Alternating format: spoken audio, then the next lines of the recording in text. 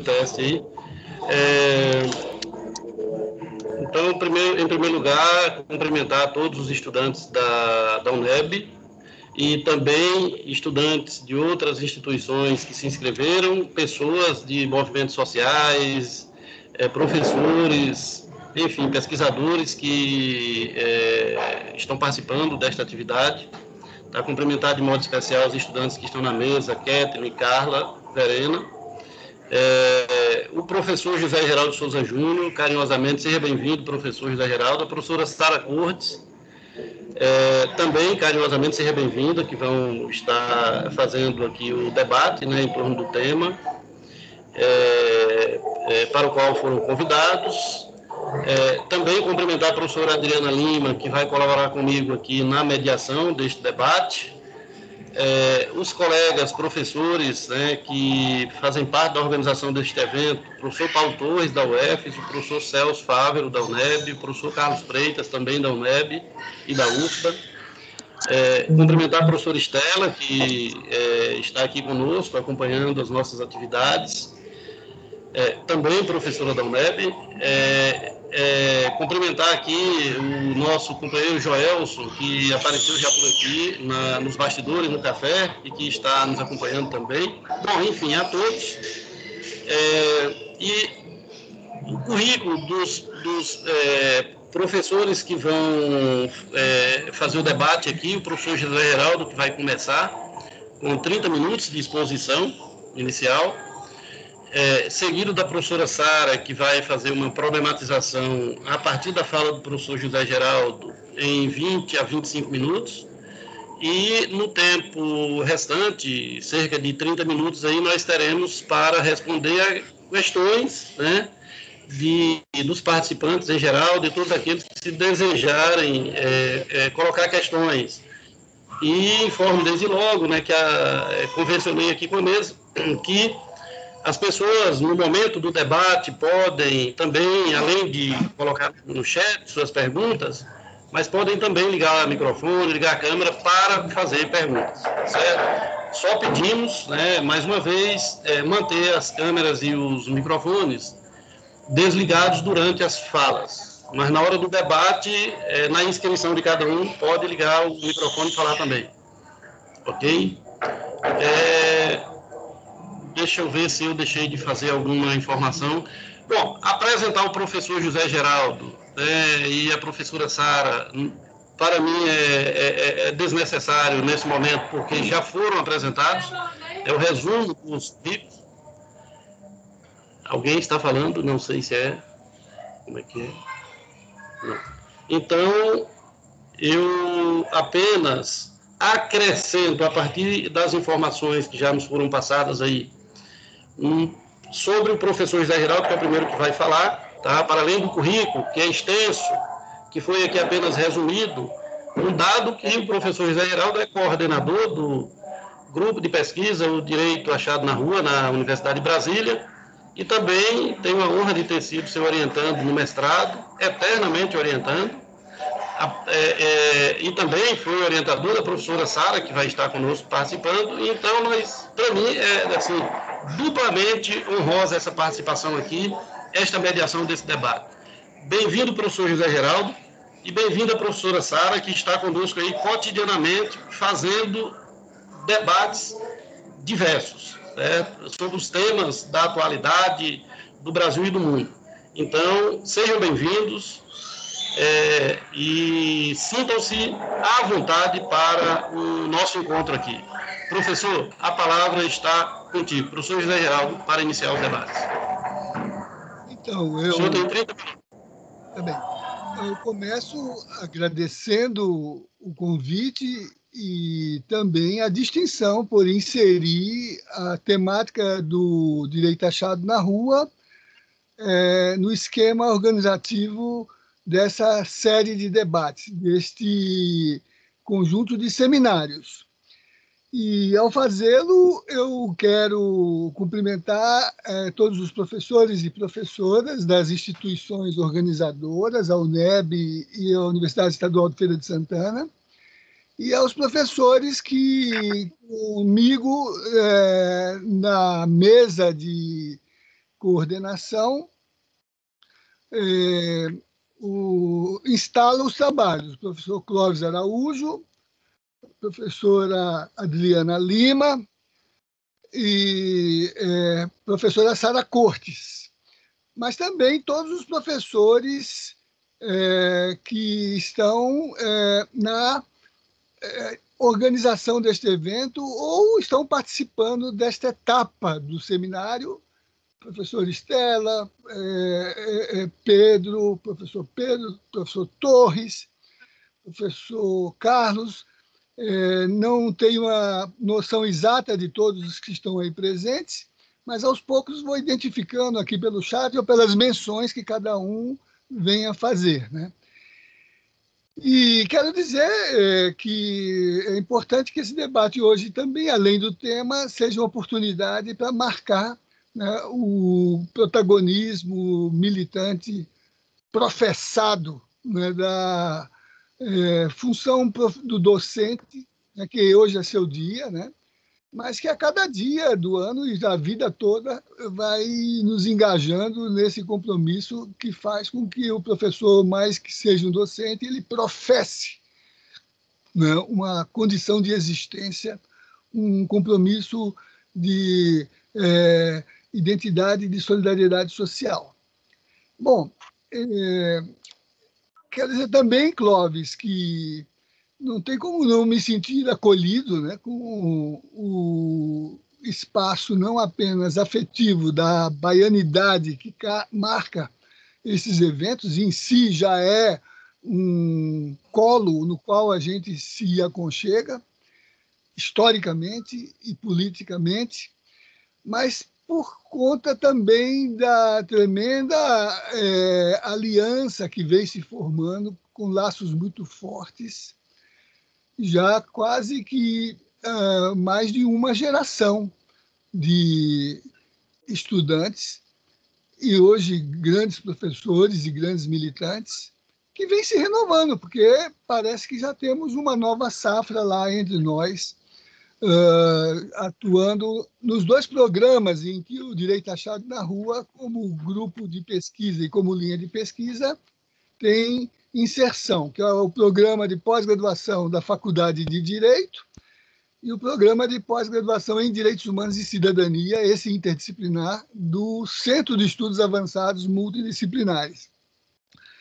Então, é com muita alegria que eu estou aqui com vocês, aceitando o desafio difícil, mas confiante, né? Porque na minha retaguarda está nada mais, nada menos do que Sara, né?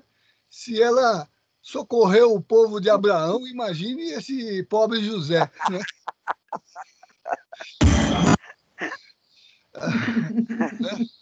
Vamos tentar. Né? Ótimo. Mas, assim, invariavelmente... Professor Zé, você me dá só uma parte aí, porque eu acho que eu cometi um equívoco aqui no protocolo porque eu falei que a professora Adriana estaria dividindo comigo a mediação. E aí... Está multiplicando, né? Mas está multiplicando. Eu não sei se ela já... ela diria uma palavrinha agora ou durante a sua fala. Eu não sei como é que ficou essa combinação aí. Porque ela vai fazer vai trazer uma novidade aí para nós agora, a professora Adriana. Não sei se ela está me ouvindo. E que tem a ver com a mesa, e que tem a ver com o momento. Aí, eu estou te interrompendo, desculpe aí, mas foi a lembrança agora desta novidade. Ela chegou. Adriana chegou, então... Aqui, o parênteses está aberto, Adriana, por favor. Tá. Por favor, então, Zé, você aceita o parênteses e a Adriana faz aí esta intervenção bem rápida e o senhor segue. Tá bem. E me restitui os 30 minutos.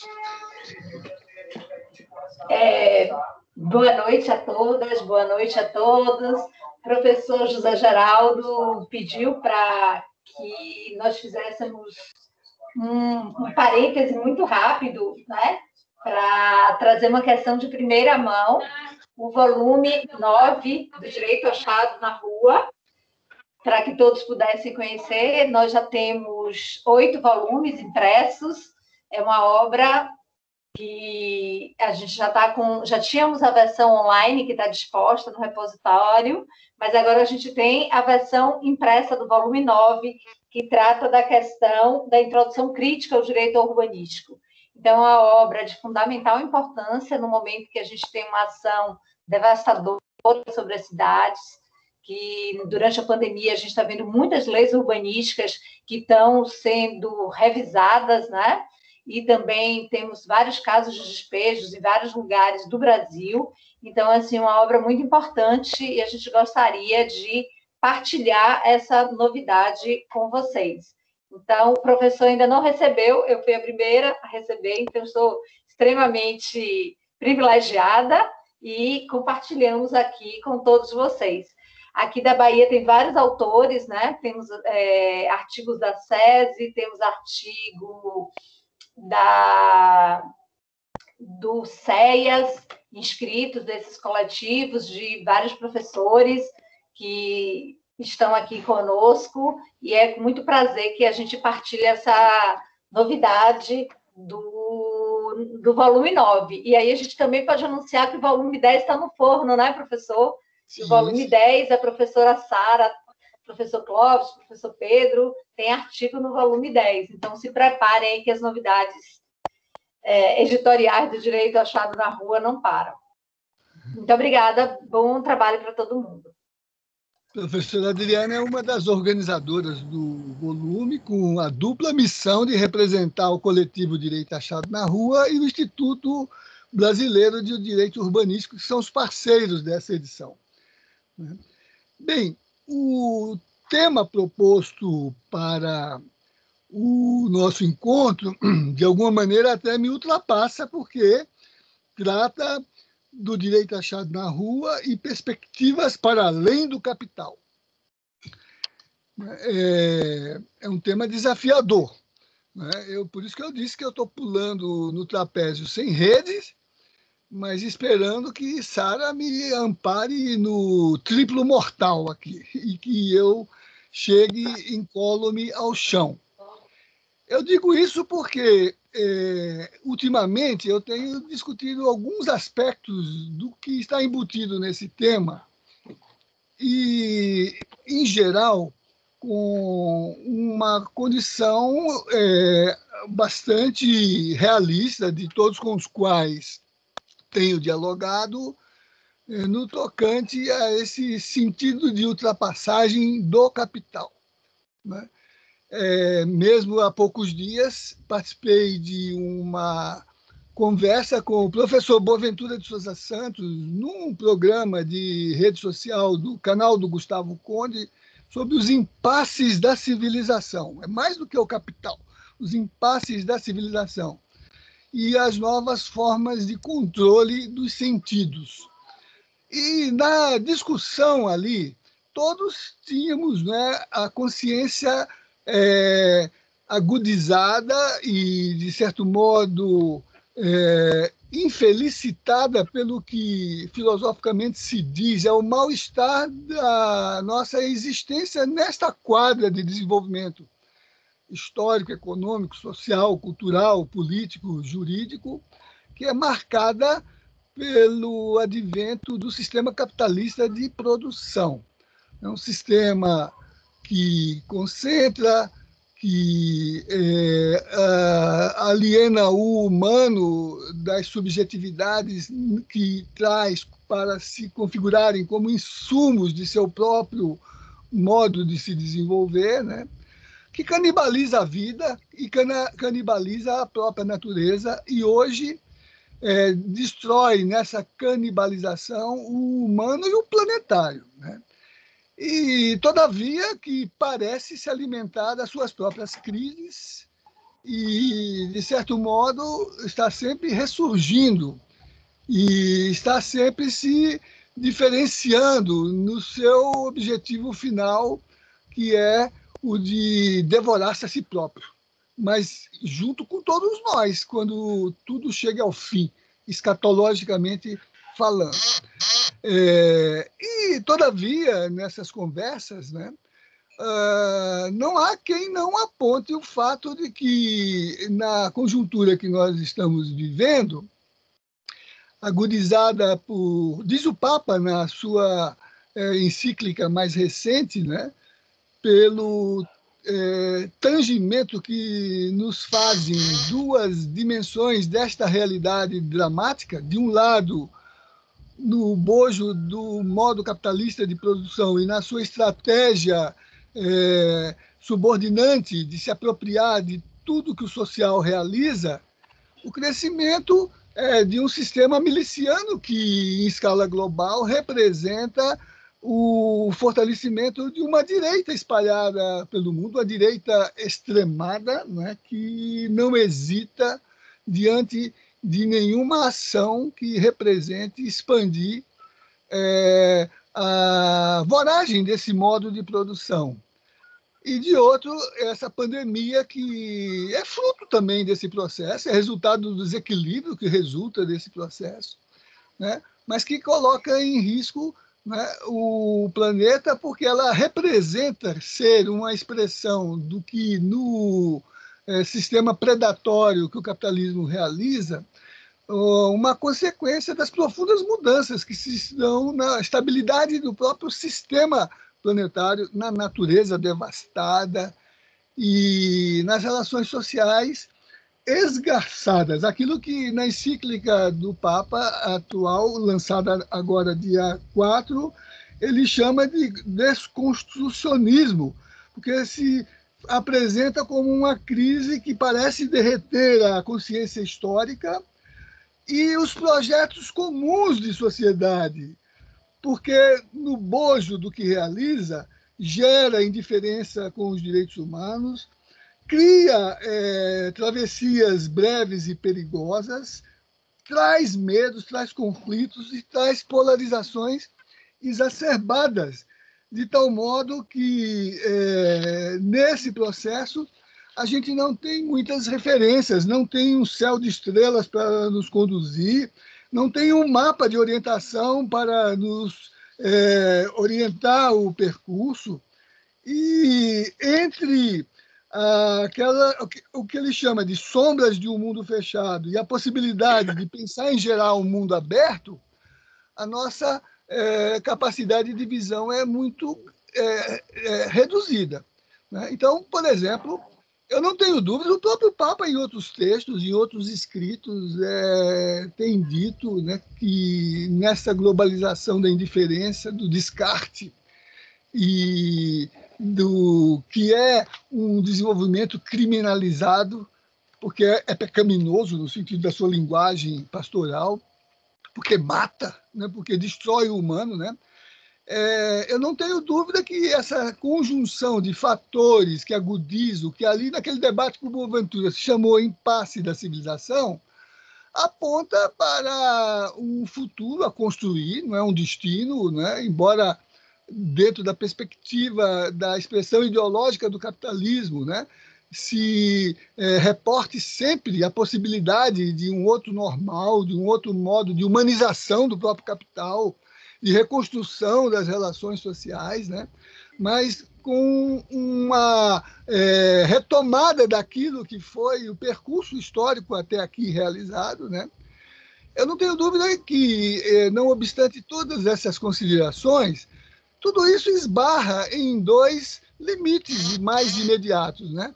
O primeiro é que, nessa representação mais generalizada, que é mais um sentimento, é mais uma aspiração, um desejo, uma expectativa, se instala uma espécie de utopia escatológica, né?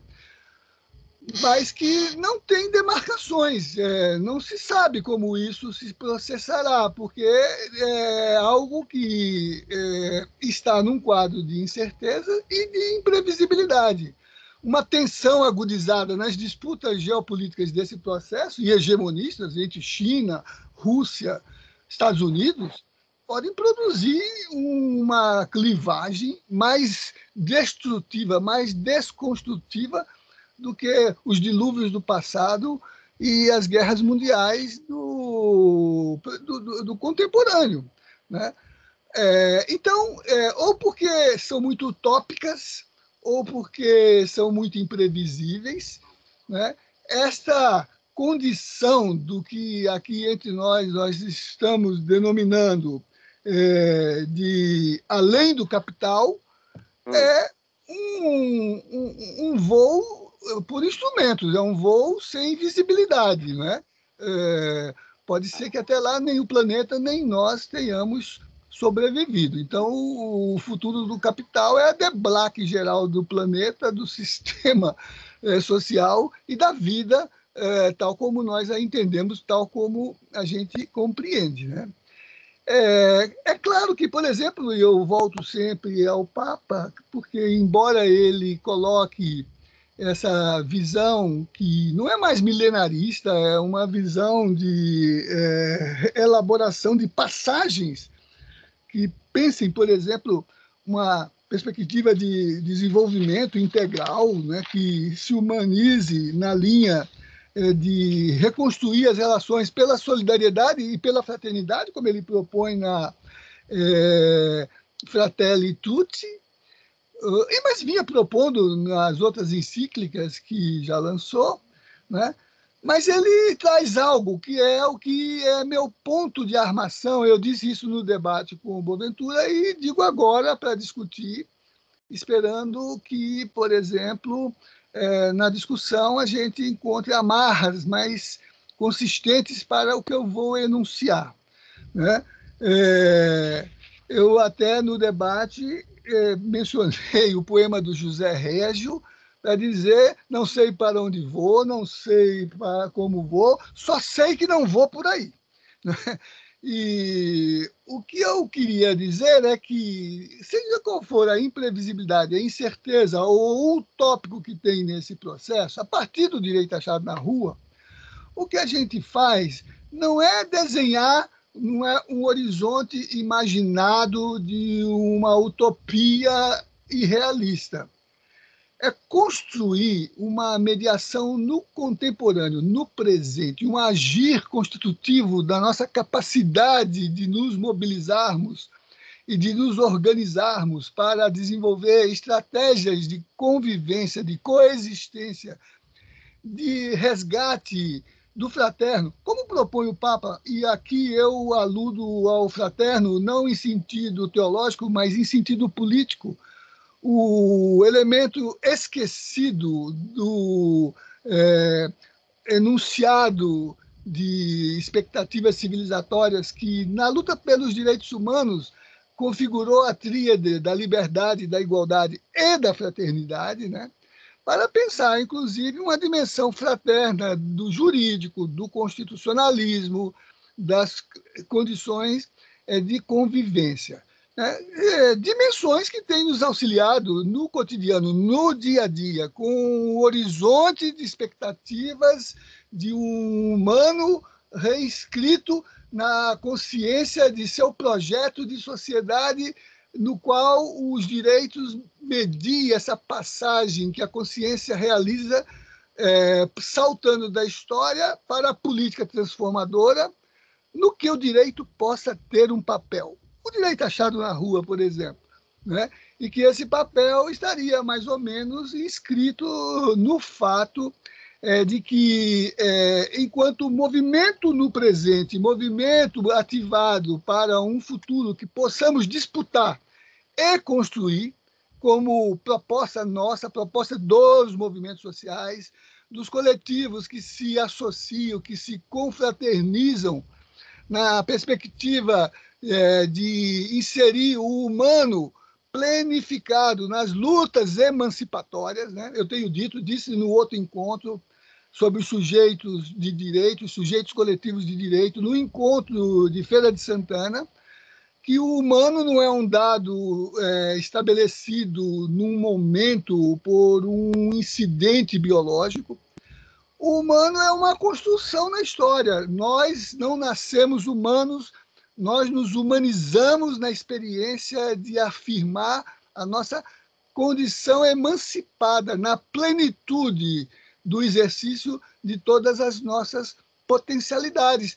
a que limite? Ao limite de tudo que as relações sociais que dignifiquem, que superem opressões, que superem expoliações, possa permitir, enquanto bom viver, bem viver, buen vivir, como dizem as cosmologias dos nossos ancestrais, numa reintegração plena de toda a vida, não distinguindo o humano do natural, a natureza da humanidade, o conjunto da humanidade que aí se instala. Quer dizer, de algum modo, né, trabalhar os referenciais que vão sendo desenvolvidos na agenda desses processos políticos, e por isso que o nosso conceito de direito é direito achado na rua. Porque essa agenda é concluída nas articulações, no diálogo, na coparticipação, na tradução, na descrição daquilo que o direito achado na rua propõe, que é exatamente de compreender a dimensão política dos espaços que a gente instala na existência social ao produzir e reproduzi-la. São as subjetividades que atuam em protagonismo emancipatório, desde um protogrito, um grito de excluído, uma consciência de direito a ter direito, até a construção de um projeto de sociedade, um projeto de vida que seja a expressão dessa dimensão solidária e que permita que se considere em cada etapa, em cada momento crucial, em cada condição presentificada daquilo que, vamos dizer, implique, para contradizer os argumentos do Papa Francisco, né? Os medos, os conflitos, as polarizações que nos põem em presença, né? Aquelas condições que vamos realizando permanentemente. É a luta pela jornada de 8 horas, quando o capital expolia. É a luta pela dignidade do trabalho decente, quando a mercadoria principal, sacrificando a vida à acumulação. É a luta pelo reconhecimento das pretensões subjetivas inscritas nas demandas dos movimentos sociais, das mulheres, das comunidades de identidade LGBTQI+. É a luta da infância por se tornar subjetividade que requer proteção e dignidade, na linha de que educar é a maneira de torná-la, a criança, né, a inserção, né, de um futuro que se renova, de uma humanidade que se renova. É a luta das comunidades indígenas, dos povos originários, dos quilombolas, dos grupos tribais, como, por exemplo, está ali inscrita na Convenção 69. Ontem eu participava de um debate em rede, desta feita em Lima, no Peru, sob os auspícios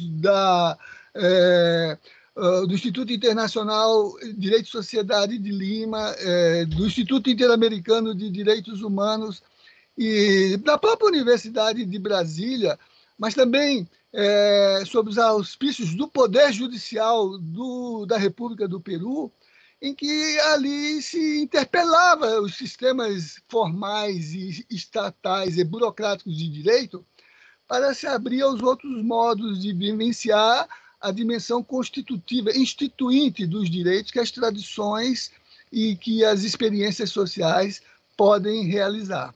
Então, o que eu digo que não há horizonte para além do capital, assim como não havia horizonte para as expedições como as de Colombo, que, seguindo os mapas da época, não se detinham no que Luiz Alberto Vará chamava de territórios de dragões, para dizer que ali era o fim do mundo, e se lançavam a outras dimensões do desconhecido para inventar, para descobrir, para constituir um social que fosse territorializado, que fosse expandido na sua dimensão de humanidade, né?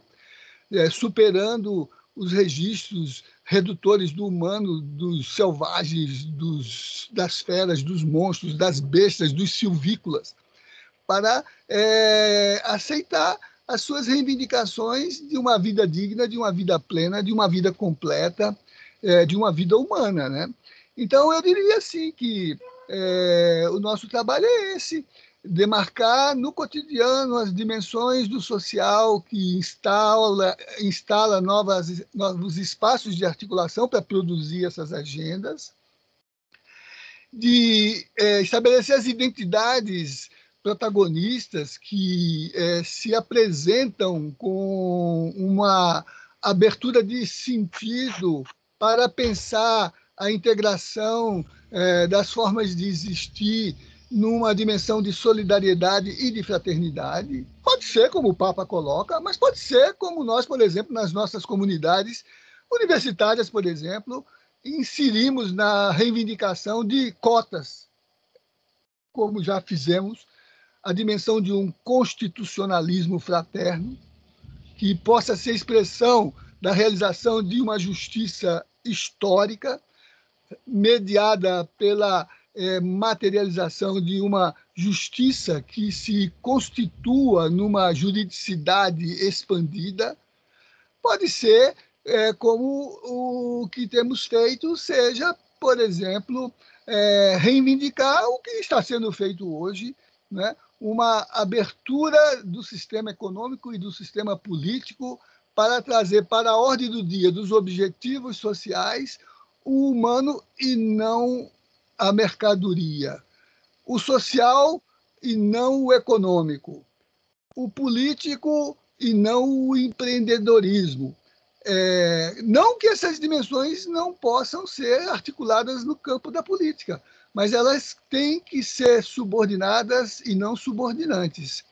Então, eu acho que esse é um outro aspecto, estudar essas subjetividades, esses sujeitos coletivos, como eu fiz em Feira de Santana, e como acadêmicos, como pesquisadores, como intelectuais orgânicos, como agentes da ação transformadora, da praxis que transforma, né, que constitui o mundo e não apenas o contempla elegantemente, começar a articular todas as categorias possíveis que armem a nossa capacidade argumentativa e nos permita disputar no futuro os fundamentos, os valores, os instrumentos operativos, o projeto de sociedade, a concepção de direito que nos vai orientar nesse protagonismo e nesse agir transformador. Então, dentro do meu tempo, exatamente 30 minutos, paro por aqui e me abro a discutir as nossas perplexidades, não no sentido da impotência da nossa capacidade de orientar a nossa ação do mundo, mas no sentido de que são territórios de dragões. Trabalhamos na perspectiva de poder abrir possibilidades, mas não de aceitar destinos pré-inscritos nas produções ideológicas que definem como devemos agir, né? Mas que nós possamos construir a nossa ação com os mapas que a gente elabore, com o projeto que a gente estabeleça e com o horizonte de percurso que a gente possa vislumbrar, disputando esse futuro e esse momento de transição para o depois de amanhã, o depois de amanhã, e que espero, em algum momento, seja a possibilidade de superar o que não é jamais possível de realizar no modelo excludente da experiência do modo de produção capitalista. O capitalismo pode ter produzido muita coisa boa, inclusive pode até ter produzido aperfeiçoamentos de procedimentos políticos que se instalam até nos esquemas do que a gente chama de democracia representativa, né? Mas ele não pode ser plenamente uma resposta àquilo que é o nosso horizonte de uma sociedade fraterna e solidária. uma sociedade plenamente humana, livre de toda tentação coisificadora, redutora da nossa dignidade e da nossa subjetividade expansiva. Ok, é isso. Professor Clóvis. Professor Zé Geraldo, muitíssimo obrigado, não só pelo conteúdo da exposição, mas também pela disciplina. Adorei aí esse rigor no tempo, né? Para quem está coordenando mesa, é muito bom quando o convidado trabalha bem essa dimensão do tempo, muito bom mesmo. E eu também, como participante, adorei essa demarcação do presente e da rua. Mas não sou eu que vou aqui agora começar essa discussão, vou passar imediatamente, né, na condição de mediador aqui da mesa, vou passar para a nossa colega, a professora Sara Cortes, que deve estar aí, né, ela teve algum momento de oscilação na internet de Sara, mas ela retornou, né, e está aí para fazer a sua intervenção. Vamos ver se Sara está. Estou aqui. Pronto, contigo, Sara. Ok, gente, boa noite a todos e a todas. Vocês conseguem me ouvir? Se alguém pode me dar um... Ótimo. Ouvir Ótimo. cada vez mais esplendorosa. Obrigada, professor. Eu queria dizer, primeiro, agradecer, parabenizar, né, todos os professores da UNEB que estão organizando esse ciclo, né? Vou aqui citar o professor Clóvis, foi quem me convidou. Na última vez que eu estive na UNEB, estava convidado pelo professor Maurício, a professora Mariana, Vera, gostaria de também saudá-la, né, como coordenadora do curso. Sei que também está na organização o professor Carlos Freitas, o professor Paulo Torres, meu professor de Direito Agrário, o professor Celso Fávaro, estivemos também recentemente na UNEB debatendo, e para mim é uma grande alegria e um grande desafio também. Queria saudar aqui, que eu já vi aqui na participação a professora Estela, dizer que é sempre mais um desafio falar com a Estela, porque é sempre a professora que estimula a nossa inteligência. E aí, mas a gente fica já inseguro, né? Tanta gente, Estela, Zé Geraldo, tanta gente. Fala, ai meu Deus, deixa eu falar logo que eu tô nervosa, porque aí eu já fico calma. Então, gente, eu tô com essa tarefa de debater com o professor Zé Geraldo mais uma vez, a gente super interessantes, né? Sobre o direito achado na rua. E sobre o direito achado na rua, sobre essa fala para além do capital, né, sobre essa formulação, que é a formulação do seminário, e também no momento de pandemia, a gente não pode esquecer, né, por que a gente está aqui nesse lugar e no momento de pandemia, quer dizer, no momento em que a gente tem visto aí um processo em que determinadas categorias, né, que não estavam tanto no nosso dia a dia, passam a fazer mais parte do dia a dia, inclusive do jurídico, né? Categorias como genocídio, como necropolítica, como darwinismo social, como eugenia, né? Necropolítica já trazido por um intelectual que formula, né, sobre o assunto, aqui em Mbembe.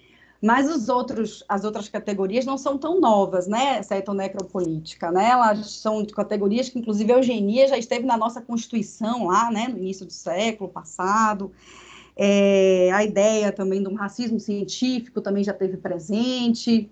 Então, tem coisas, né, o genocídio já pontuado desde a década de 70, né, por aquela articulação do movimento negro, e já formulado a partir de Abdias da denúncia, mas nós estamos vivendo esse momento em que são essas as categorias, e não as categorias para dialogar com a própria ideia da crítica ao capitalismo, né? Não as categorias mais clássicas que nós sempre buscamos utilizar, que está centrada na luta de classes, na relação capital e trabalho, não que essas categorias não estejam relacionadas com ela, né? Mas não só isso, que vem reivindicar uma crise civilizatória, que vem reivindicar uma crise do humano, uma insegurança cada vez maior do humano, que o próprio Mbembe chama de devir negro no mundo, né? Para homenagear aqui uma fala sempre do Maurício, do professor Maurício Araújo, ele disse que ele vai exatamente trazer essa ideia de um devir negro no mundo, como se esse devir histórico, né, trazendo o Lira aí, essa ideia do processo histórico como aquilo que é ontológico, né, no próprio direito, inclusive, o devir, aquilo que é sendo, né, o devir histórico seria pontuado por aquilo que já foi feito, né, na modernidade com os negros, e a gente aqui apontando com os índios também, e que agora estaria sendo preparado para muitos, né, para todos, não para todos, mas para a maioria, né, então todos agora estaríamos também submetidos a esse devir negro no mundo, ou seja, essas condições em que a gente se sente, em que nós nos sentimos todos ainda mais próximos, efetivamente, da morte, né? Mais próximos, efetivamente, de processos maiores de violência e de extermínio mesmo, né? De sair da vida humana aí no planeta. Ou seja, mais próximo dessa categoria que a gente viu recentemente, inclusive o próprio Gilmar Mendes, né? Pontuar como a Constituição não permite políticas genocidas, né? Nós precisamos ter um ministro do Supremo para vir dizer que, olha, pode muita coisa aí no capitalismo, mas espera aí, fazer uma política genocida, não. E aí, de repente, a gente começa a se dar conta de quantas políticas genocidas foram, né, conduzidas nesses processos todos que a gente vive, né?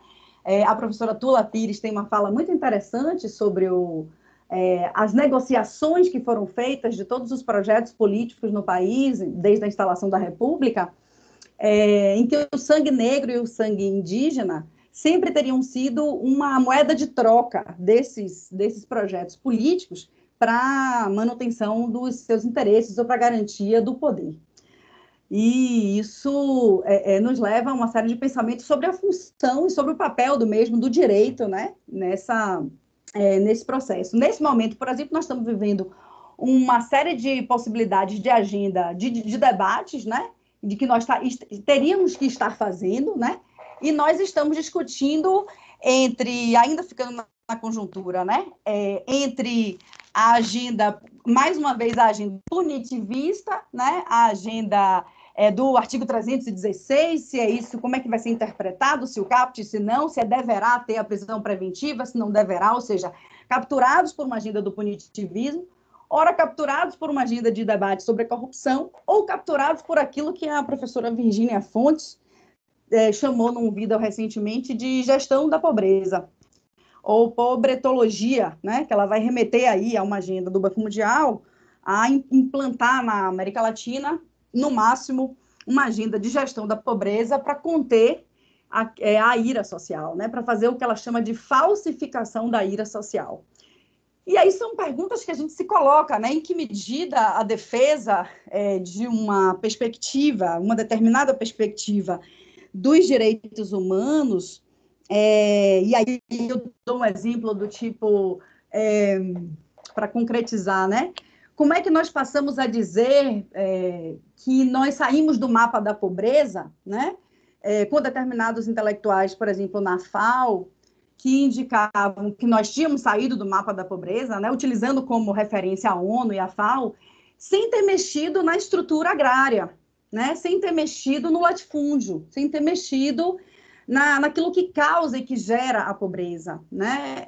E a fome, né? Então, saímos do mapa da pobreza, quer dizer, utilizamos essa coisa frágil, esse discurso frágil para dizer que em determinados anos nós conseguimos sair do mapa da pobreza, sendo que agora a gente chega com um dado de 112 milhões de pessoas poderiam ter pedido o auxílio emergencial, ou seja, o próprio IBGE reconhecendo que pelo menos 112, né, 100 milhões de pessoas teriam necessidade de receber o auxílio emergencial ou algum tipo de complementação de renda pelo Estado. Mais de 60 milhões de pessoas receberam, mais de 50 milhões de pessoas ou estão no desemprego, ou estão no desalento, né, ou estão trabalhando menos do que queriam e, portanto, passando, né, por algum tipo de insegurança do seu bem-estar e da sua própria vida, né? Então, nós estamos falando aí de algo muito próximo de quase a totalidade da PEA, né? Que é a população economicamente ativa. Se a gente for pensar, por exemplo, em trabalho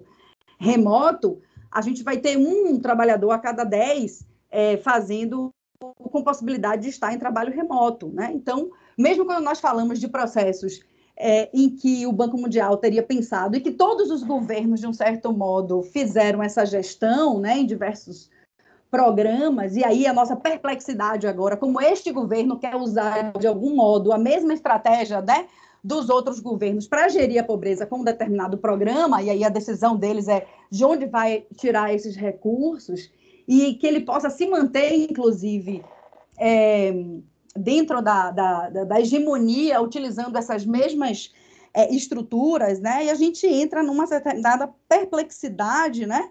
De como nós podemos, então, fazer certas afirmações, e aí entrando num debate, um diálogo com o professor, na verdade, não uma pergunta direta, mas um diálogo, em que medida a própria intelectualidade, ela não, de um certo modo, não se demitiu, né, em algum momento, ao embarcar numa... Se demitiu, assim, no sentido da crítica, né, ao embarcar naquilo que seria chamado por Lukács de taticismo, né, em que medida nós não nos mantivemos também submetidos àquilo que seria o limite das possibilidades de desenvolvimento do partido, né, do que o partido poderia executar enquanto enfrentamento dos conflitos, e, portanto, nós também acompanhamos, né, um pouco do que seria a correlação de forças, e a perspectiva crítica também ficou nesse mesmo patamar. Ou seja, alguns ficaram confusos, eu acho que a confusão, nós todos ficar confusos, né? Outros eu acho que se autocensuram, e nós, hoje, acho que é o maior desafio, é a gente não se autocensurar, fazer a crítica de um certo modo, mas eu acho que a gente viveu um processo de autocensura de críticas em governos passados, e eu acho que alguns se demitiram de fazer a crítica. Claro que aqui a gente pode abrir um debate sobre qual é o lugar do intelectual, se é estabelecer um processo de vanguarda, ou de vanguarda crítica, né? Ou estar ao lado dos trabalhadores e ouvindo as suas demandas, expectativas, tentando fazer credibilização mesmo da sua luta, que eu acho que é esse o papel do direito achado na rua, né? Mas gostaria de abrir um pouco esse debate sobre essa questão, essa afirmação, na verdade, né, sobre saímos do mapa da fome sem enfrentar as questões do latifúndio, já homenageando, de um certo modo, o direito achado na rua pela publicação da introdução crítica ao direito agrário, e dizendo que a gente tem que enfrentar as questões relativas à terra, né, como centrais, como diz a professora Estela, né, como mal de origem, né, Estela? E eu acho que essa questão da terra no Brasil, ela está absolutamente implicada com a questão racial, né? Com a questão racial, com a questão étnica, como o professor já trouxe aí. E em que medida o direito achado na rua, para ter uma potência de mais 30 anos, ele precisa também fazer a sua... revisitar, de um certo modo, determinados marcos, porque aí a gente vai ter tanto um marco forte, né, do direito achado na rua, que parte de uma tradição do Lukács, né, do Ernest Bloch, do Gramsci, né, que o próprio Lira vai construir na sua formulação, e que são autores que não necessariamente vão trazer isso, né, vão trazer essa demanda. A gente vai ver aí a Susan Burke-Moss, no Hegel e o Haiti, fazendo o apontamento das limitações de Hegel relacionados ao Haiti, apontando, inclusive, que um dos problemas do marxismo é exatamente não ter visto que Hegel viu o Haiti, e não a Revolução Francesa apenas, né? E viu o Haiti, viu os negros produzindo sua própria Constituição, produzindo seu próprio espírito do Estado, né? E que isso não foi traduzido, não foi pesquisado pelos marxistas, e, portanto, essa questão racial teria ficado fechada, inclusive os marxistas também não querendo ver, como a partir de Eric Williams, a relação entre escravidão e capitalismo, né? E que isso também teria implicado no nosso próprio desenvolvimento da sociologia brasileira, né? Mesmo quando a gente vai tratar da escravidão, mas tratar do escravo como coisa, né? E aí não consegui tratar da agência negra, seja ela a agência na luta direta na luta e na ação direta, seja a intelectual, né, dos intelectuais negros que, ao longo do tempo, também produziram construções jurídicas, né, construções que puderam gerar um processo e que foram silenciadas, né, O professor Maurício Araújo, ele traz no título do texto, né, no tema do volume que vai sair sobre digamos assim, há uma autorreflexividade do direito achado na rua, né, dos 30 anos. Eu acho que o direito achado na rua tem uma potência muito grande, porque ele parou agora para fazer a sua reflexão. Eu acho que aquele encontro foi extremamente importante, e eu acho que é preciso estar aberto. Todos os grupos, todos os coletivos, todas as entidades precisam se perguntar sobre a relação entre a escravidão, o patriarcado, o latifúndio, né? E precisam fazer o escrutínio das suas tradições, né? E eu acho que isso foi feito, tem sido feito e tem tido uma abertura para ser feito. Eu acho que a gente tem que aprofundar isso. Recentemente eu ouvi também uma fala muito interessante da Luciana Ramos, né? Sobre o direito achado na encruzilhada, e que vai trazer também uma crítica dura a uma determinada concepção de direitos humanos prevista, né, por uma perspectiva ocidental. E a gente tem hoje na juventude aí, eu acho que um campo para isso, porque eu não sei se vocês têm visto, como eu tenho visto, mas existe um interesse muito grande na crítica ao liberalismo, feita por um campo marxista, mas que quer articular o campo marxista com o debate feminista e do patriarcado, quer articular o campo marxista com a questão racial. Não está avesso a isso, não está achando que isso é uma discussão menor, ou que qualquer debate sobre colonialismo ou decolonialidade é, de um certo modo, uma ameaça ao campo marxista, né? Eu acho que tem uma abertura da juventude que não está fazendo disputas internas, né? Aí talvez fosse interessante o professor José Geraldo conversar um pouquinho com a gente sobre os riscos futuros do direito achado na rua se transformar única e exclusivamente numa linha de pesquisa da pós-graduação, sendo que a própria pós-graduação ela também está submetida a uma lógica capitalista, né? Ela está submetida a uma lógica do capital, com um determinado produtivismo, com determinados prazos em que a pesquisa tem que ser feita em determinados moldes também, epistemológicos e metodológicos, em que tem pouco espaço para uma desobediência metodológica e epistemológica, e muitas vezes submetida a um tipo de neopositivismo, né, em que a empiria também parece que tomou o espaço de qualquer reflexão teórica, e os estudantes têm que comprovar que estão fazendo pesquisa empírica, como se estivessem comprovando que estão numa linha de produção, né? Trabalhando todos os dias, de 8 às 18, porque aquilo vai comprovar que ele pegou muitos dados, fez muitas entrevistas, quer dizer, numa ânsia louca também de fazer um levantamento empírico, mas que, no final das contas, não traz uma reflexão teórica própria, autoral, né? Então, eu acho que o direito achado na rua ele continua vivo exatamente por essa possibilidade de ter continuado como extensão universitária, né? Com diálogo com os movimentos sociais, como uma esfera de articulação política de diversos professores e assessores jurídicos e entidades, né, e instituições, para além de uma linha na pós-graduação, né? Nós temos que fazer, muito sinceramente, o debate sobre o que se transformou a pós-graduação no Brasil, exatamente para fazer a disputa de que a pós-graduação tem que ser também um espaço, e deve ser um espaço, de formação da assessoria jurídica popular.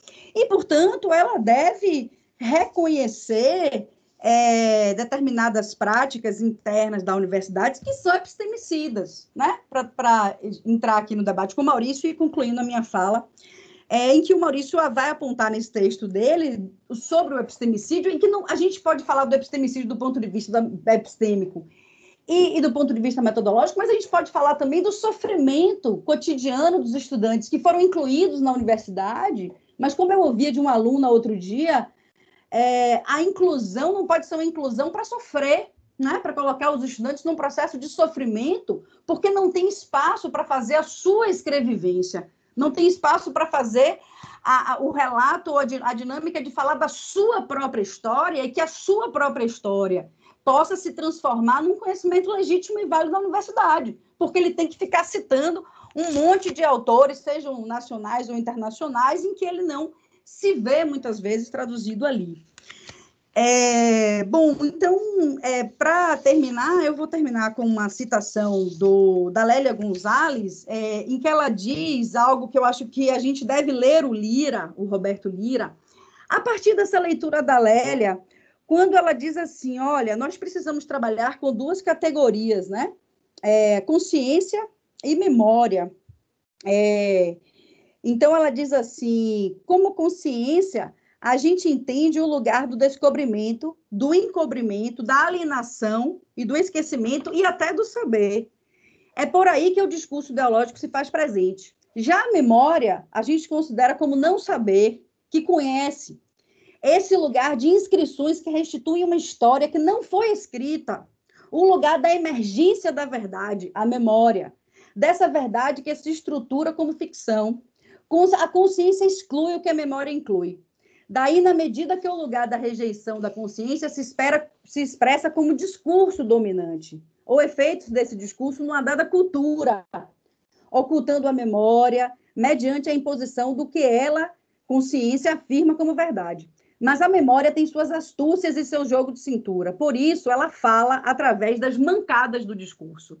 É nas mancadas do discurso que a gente vai ver o racismo. E nas mancadas do discurso que a gente vai ver o racismo da sociologia jurídica. Se a tarefa que o Lira nos colocou é a sociologia jurídica, e se a tarefa que o professor Geraldo nos coloca é o debate da liberdade, e é o debate ontológico sobre o direito, para a gente fugir da ideia neopositivista de que o direito seja uma forma especializada para especialistas, e essa é a grande função do direito achado na rua, é o aluno entender de uma vez por todas que o direito não é uma linguagem especializada para especialistas, isso é uma construção dogmática, não só construção do positivismo. Mas se a gente tem essa tarefa, a gente vai ter que olhar para a sociologia sempre suspeitando de toda a produção europeia, e mesmo a marxista, mesmo aquelas que são da tradição que o Lira nos coloca. E aí, professor, também, mesmo a construção do comunismo cristão, mesmo a tradição da solidariedade cristã, porque a gente vai precisar se perguntar onde foi que a solidariedade cristã colocou os negros, os índios e as mulheres, né? Onde é que essa construção efetivamente trabalhou na liberdade, para resgatar uma fala do Lira, em que diz, né, o livre desenvolvimento de cada um é condição para o livre desenvolvimento de todos. O nosso grande desafio é pensar, mesmo nessa solidariedade cristã, onde ficaram as mulheres, os negros e os índios, efetivamente, num projeto do ponto de vista de tomar centralidade. É isso. São as questões que eu tinha para colocar, mais confusas do que com clarividência, mas tentando não me demitir dessa tarefa de, ao fazer a crítica do direito achado na rua e das nossas próprias práticas e pensamentos, poder contribuir para uma militância para que o direito achado na rua tenha mais 30 anos. E boa noite. Professora Sara, muitíssimo obrigado pela sua exposição, pela problematização e também por ter colaborado aí com o tempo. Tá? Nós estamos com uma certa escassez por conta do início, tivemos problemas de ordem técnica na abertura, mas agora temos aí um tempo para o debate.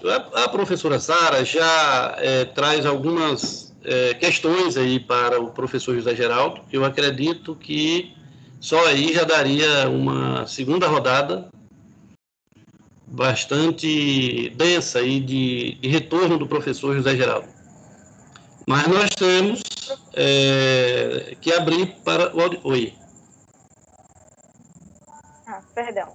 Oi, alguém falou? Professor, nós também temos algumas coisas no chat.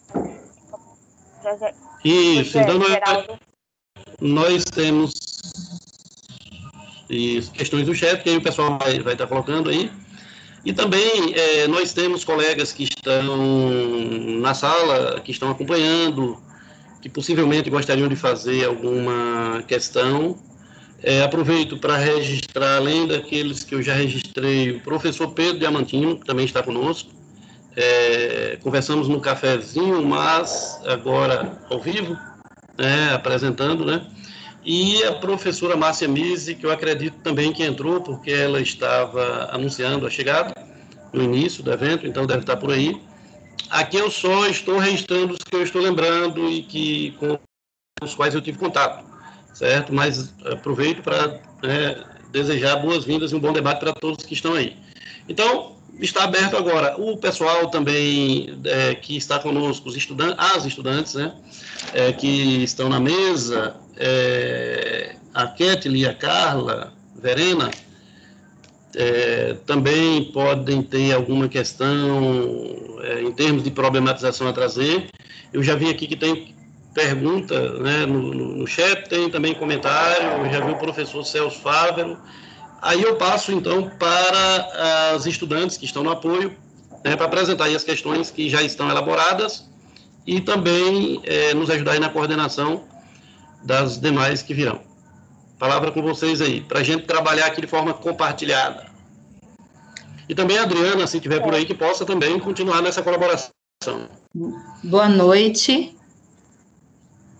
Aqui é Carla Verena.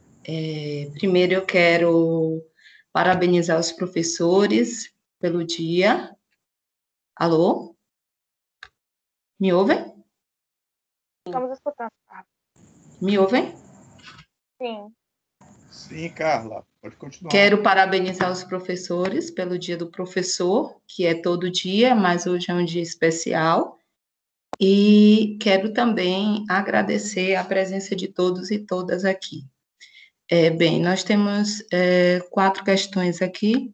A primeira é de Dayana Santos, e ela pergunta: como posso adquirir o volume 9 e os demais, do livro? Eu vou falar as perguntas, e o professor que se sentir à vontade em responder, pode responder, ligar o microfone e responder. Catarina Neves, ela pergunta: nesse contexto de produções ideológicas estereotipadas e massivas e da tendência da codificadora da nossa modernidade, qual o papel do direito dentro dessa realidade? Ele age como reparador dela ou ela a consolida? E a terceira pergunta é de Rayane. Ela pergunta: qual a importância dos trabalhos de base dos movimentos sociais na participação política e na construção dos direitos? De qual forma é possível um diálogo entre o conhecimento acadêmico e da experiência em relação aos direitos? E a última pergunta, né, porque a gente iria fazer um bloco de 5, mas temos 4 perguntas, é de Samuel. Ele fala: boa noite, professores, agradeço pela oportunidade desse diálogo e pergunto: até onde o direito burguês serve como ferramenta de enfrentamento aos paradigmas de opressão intrínsecos ao modo de produção e de sociedade baseado no capital? Isso para além da atenuação das opressões. Desde já, os demais que se sintam, queiram fazer questões, basta sinalizar no chat. Passo a palavra aos professores. Então, começo eu? Pode ser, professor.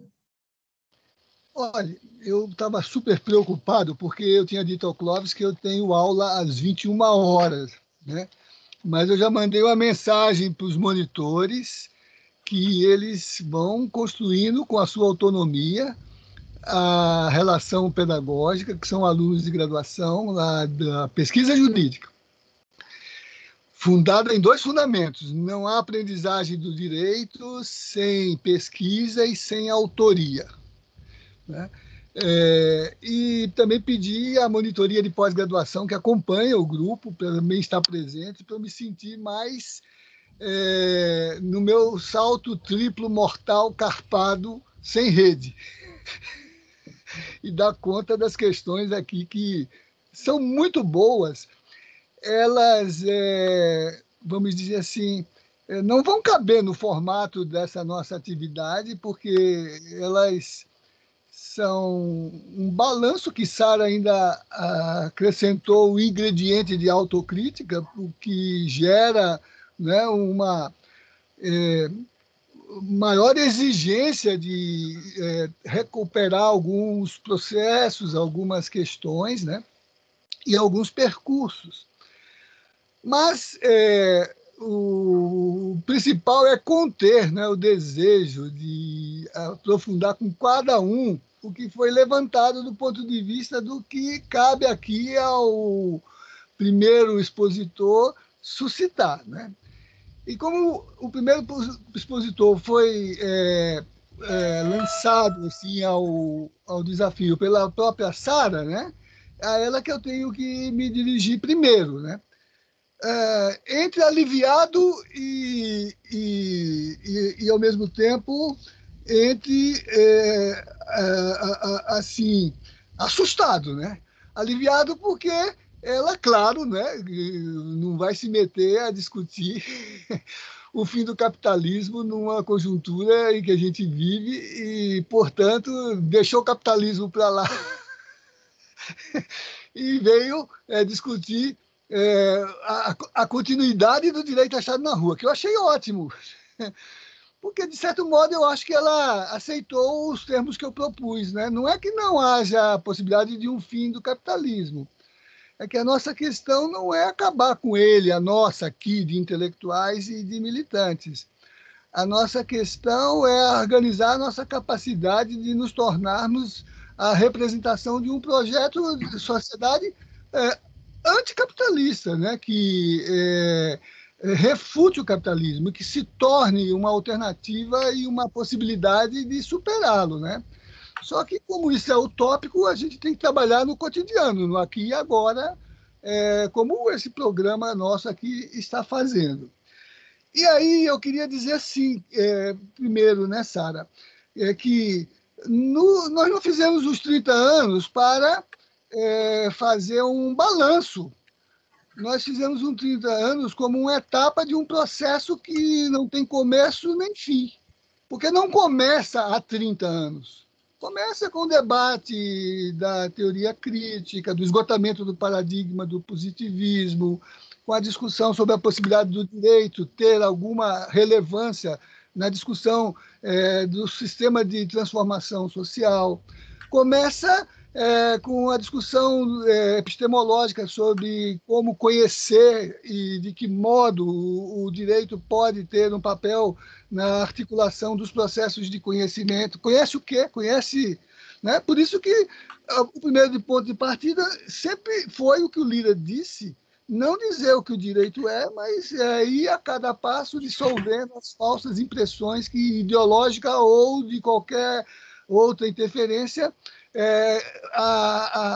vamos dizer, se interpõe entre nós e esse campo, entre esse objeto de conhecimento. Eles mais fácil de dizer o que o direito é tentar dissolver as falsas noções que a gente vem elaborando ao tempo desse processo. E quando eu digo que não tem começo e não tem fim, é porque, mesmo quando se celebra 30 anos, isso não é sequer um ponto de inflexão.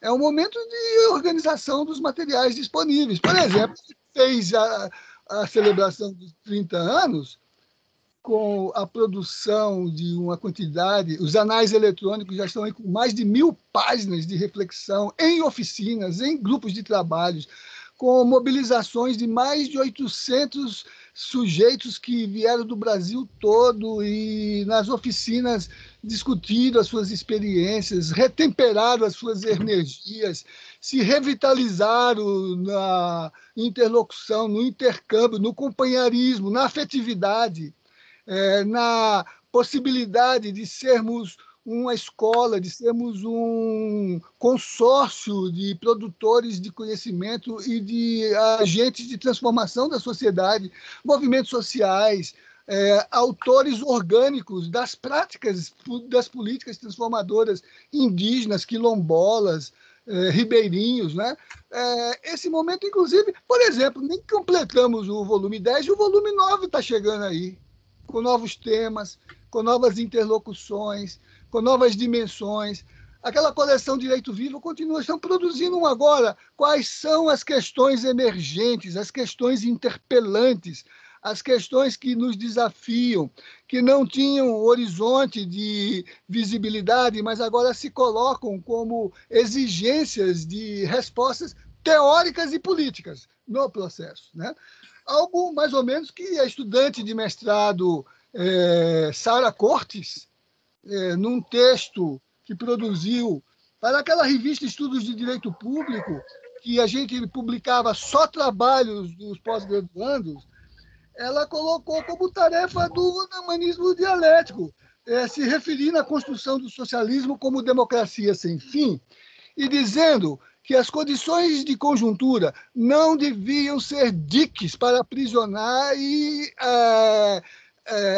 estancar um pensamento que deve ser um pensamento provocante, dínamo de novas reflexões, de novas capacidades interpretativas designativas, e que, por exemplo, poderia ser dito em outros termos, porque era uma homenagem ao Lira Filho, o que dele não ficou represado no tempo dele, nas condições de pensar do tempo dele, na possibilidade de formular as perguntas fortes da conjuntura em que ele viveu, antes da queda do muro, antes do debacle do socialismo num único país ou em países, antes, inclusive, de que se pudesse sequer, né, pensar em possibilidades de interdisciplinaridade, né?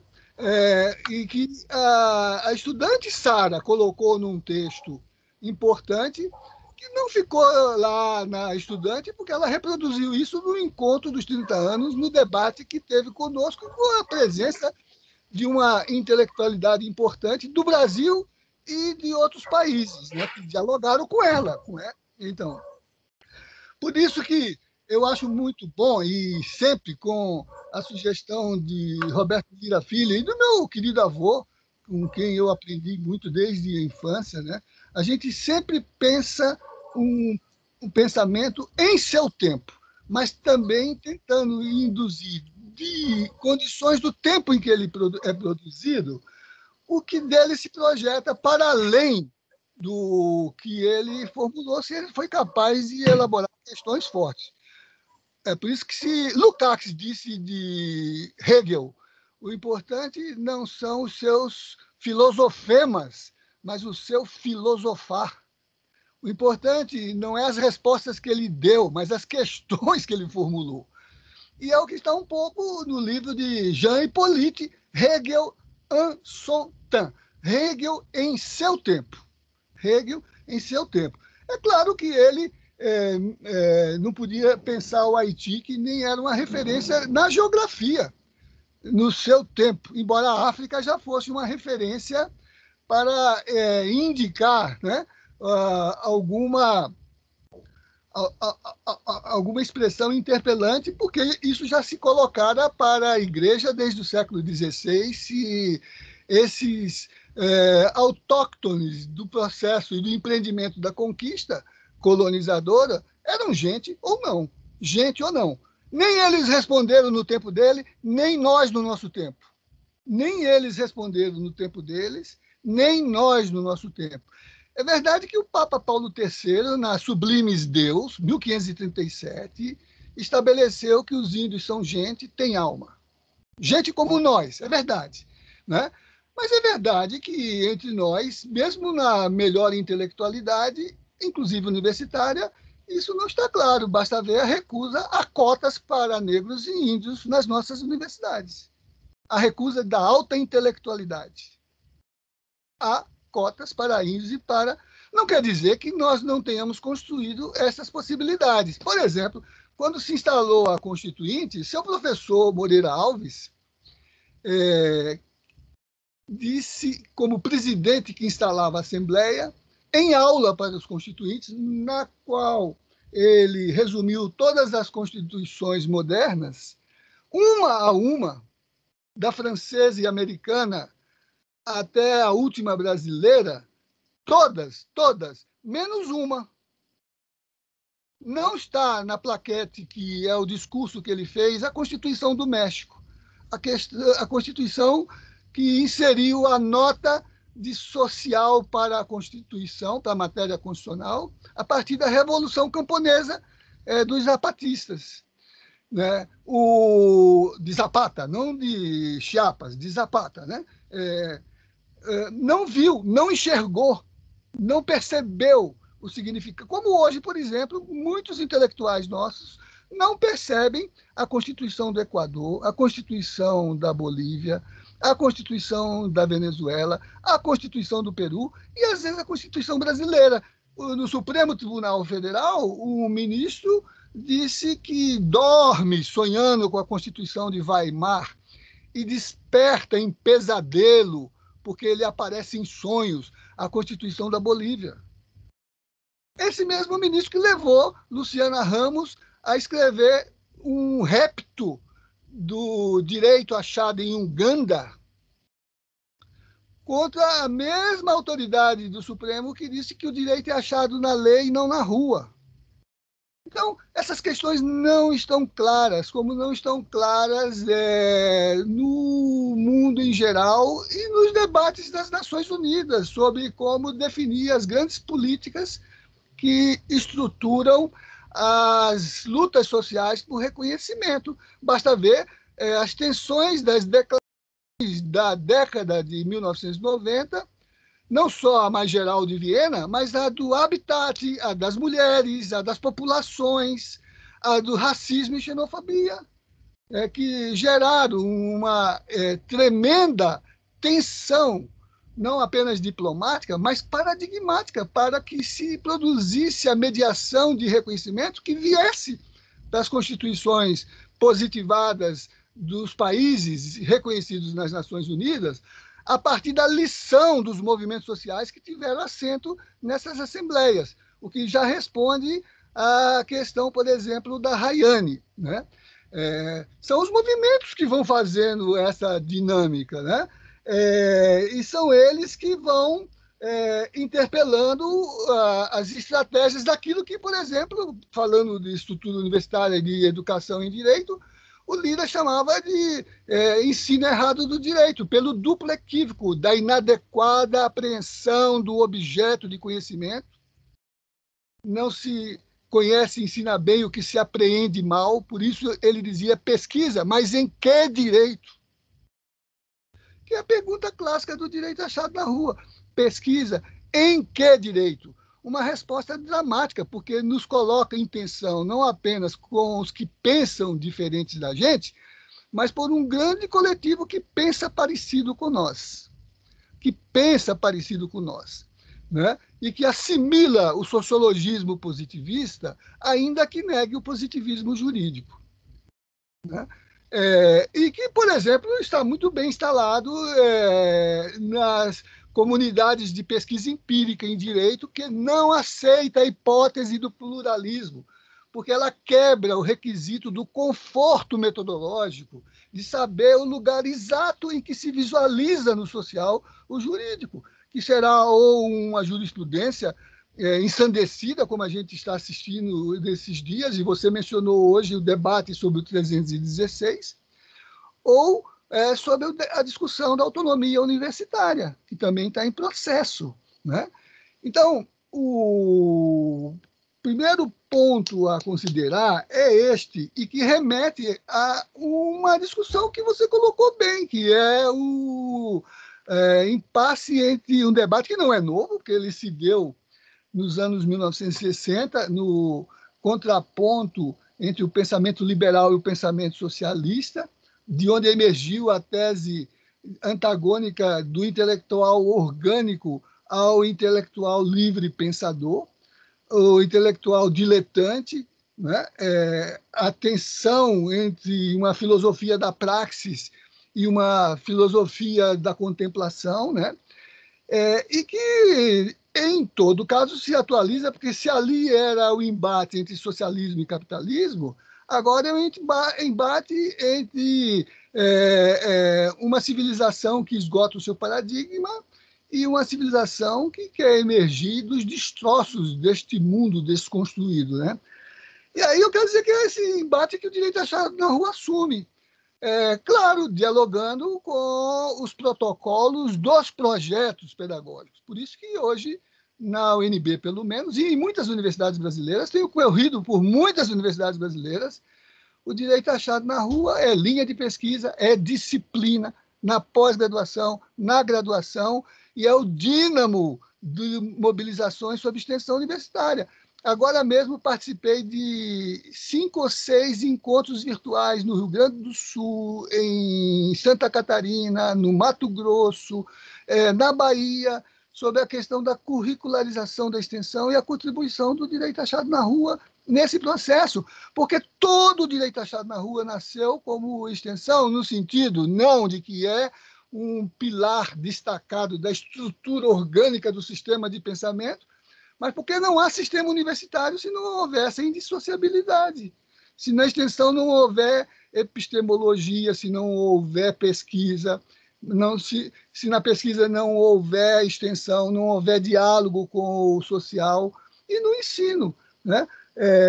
O que gera, por exemplo, essas questões dramáticas das disputas que a gente tem que fazer. Por exemplo, meu amigo Clóvis entrou no mestrado em Direito da UNB por seus méritos, mas por um tremendo apoio de uma política de ação afirmativa, que não significou apenas disputar uma vaga, porque ele não entrou porque é negro, ele entrou porque, mesmo tendo o reconhecimento de que é preciso uma luta histórica para inserir o negro na universidade, ele tem que construir argumentos para poder disputar no espaço universitário novas epistemologias, novas concepções de sociedade, novas concepções de mundo. E é por isso que na Faculdade de Direito da UNB nós tivemos vários negros, muitos baianos, entre eles o Clóvis e o nosso queridíssimo João Jorge dos Santos, presidente do Olodum, que me honrou no cinquentenário do UNB, trazendo todo o Olodum para uma das sessões do FLAAC, o Festival Latino-Americano e Africano de Arte e Cultura, um ano de eventos de diálogo intercultural no espaço da cidade e da universidade, né? Ali, antes da política de cotas, na pós-graduação do direito, já a negritude estava presente, disputando os temas. Lembrando que há a Constituição no Haiti, lembrando que há a Constituição na Bolívia, que a natureza é um sujeito de direito, que a Pachamama é uma identidade reconhecida como subjetividade instituinte de direitos, né? E depois, com a política de cotas, com tanto mais razão. E olha que dado, por exemplo, agora a UNB está premiando as teses e dissertações de 2018 e 2019. Escolheu 2, o direito já indicou 2 dissertações e 2 teses para concorrer ao prêmio UNB de teses e dissertações. Dos 4 trabalhos, um deles é de uma autora protagonista ativa, dirigente do coletivo Direito Achado na Rua, professora Thalita Rampim. As outras 6 são de autores estudantes de pós-graduação negros. O direito racista, o direito xenófobo, o direito, por exemplo, que está relutando e está resistindo à renomeação do auditório, então Joaquim Nabuco, abolicionista, o primeiro brasileiro a se inscrever numa ONG de característica emancipatória, a Anti-Slavery, quando John Locke vivia das ações do tráfico escravo. O autor do contrato social dos direitos humanos, John Locke, sobrevivia com os dividendos de suas ações do comércio de escravos. Ele e outros que agora, na Europa e nos Estados Unidos, têm suas estátuas derrubadas. Pois bem, os estudantes aqui, por conta dessa mobilização, renomearam o Auditório Joaquim Nabuco um grande estadista, não tenha dúvida, abolicionista, não eram fascistas, eram oligarcas, mas muitos deles se engajaram nas lutas democráticas por Esperança Garcia, negra, escrava. Está lá a atenção. O colegiado aprovou por unanimidade, mas há recursos para tentar impedir a renomeação, porque há uma tensão. Nós não estamos num mundo de espuma de sabão, nós estamos num mundo em que os cardos transitam entre nós, né? Então, eu acho que aí é que tem essa questão que você mencionou. No meu debate, eu estou concluindo, no meu debate com o Boaventura, voltou a questão do intelectual, e aí lembrou o Boaventura que, nessa conjuntura, embora se rediscuta o papel do intelectual, a questão não é mais esta de ser ou não capaz de conduzir e construir criticamente as implicações da ideologia, como estão aqui nas questões que também foram formuladas, né? Mas discutir se a gente se descola na vanguarda ou se a gente pensa junto com os movimentos sociais. E é claro que, mesmo quando haja intelectuais críticos, né, a dificuldade não é menos grave para eles do que para todos. Zizek teve que se refazer uma semana depois de ter uma opinião dramática sobre a crise da pandemia. Agamben também, quando descobriu que a exceção não é um destino, porque os movimentos sociais se rebelam, as comunidades indígenas se organizam, os bairros se organizam. Algo que, por exemplo, aqui entre nós, Adriana Lima, em tese de doutorado na Universidade Federal da Bahia, na Faculdade de Arquitetura, logrou receber a premiação de melhor tese da CAPES, defendendo o quê? Direito achado nos becos. Direito achado nos becos. Então, vamos aí nessa discussão, direito achado no beco, direito achado no manicômio com a baiana Ludmila, direito achado nas aldeias com o Terena, direito achado nas águas, direito achado no campo, direito achado na floresta, direito achado nos quilombos, como a baiana Emília Joana está fazendo, né? Aí no quilombo Rio dos Macacos, né? Então é isso, eu acho que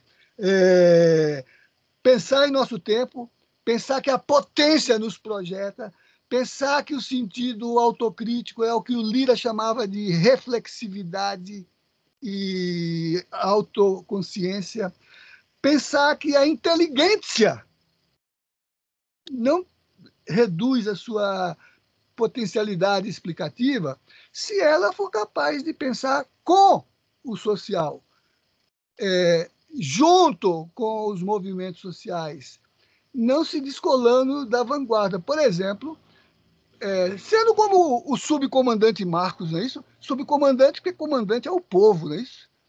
Ou sendo como um lobo de alcateia, que vai lá atrás, o alfa, quando na frente vão primeiro os mais lentos, depois os mais fortes, depois todas as matrizes, depois os mais fortes, e lá atrás, conduzindo junto, sem se descolar da alcateia, sem caminhar mais depressa do que os que caminham mais devagar, o alfa, o que representa a liderança do grupo, caminhando junto, e junto, inclusive, dos que caminham mais devagar. Então, eu acho que esse é o papel do direito achado na rua, por isso que é uma construção orgânica, por isso que Gramsci é tão relevante.